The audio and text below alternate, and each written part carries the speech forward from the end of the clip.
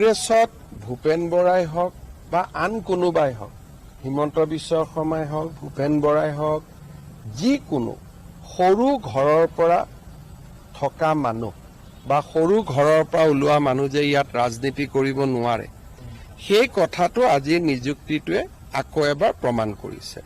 মই আজিৰ পৰা কেইমাহমান আগতে দিলীপ শইকীয়া, মই, ভূপেন বৰা আমি একেলগে গুৱাহাটীৰ পৰা এখন ফ্লাইটত ঘূৰি গৈছিলোঁ। দিলীপ শইকীয়া সাক্ষী আছিল। তেতিয়াই মই ভূপেন বৰাক কৈছিলোঁ যে তোমাক এপ্ৰিল মে মাহত ভাঙি দিব। আৰু আজি অলপ আগতে দিলীপ শইকীয়াই মোক ফোন কৰিছে যে দাদা আপুনি কেনেকৈ গম পাইছিলে।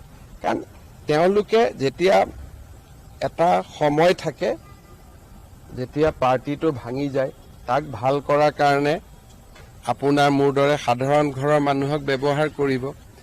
যেতিয়া ইলেকশ্যন আহে, টিকেট দিয়াৰ সময় হয় বা অলপমান এটা কেণ্ডিডেটবিলাক ঘৰত অহা যোৱা কৰে, সেই সময়ত তেওঁলোকে এই নীলা তেজৰ মানুহক লগত লয়।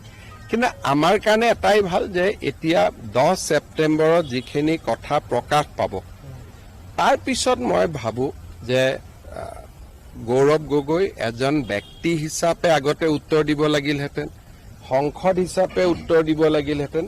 এতিয়া গোটেই পাৰ্টিটোক লৈয়ে ডুবিব।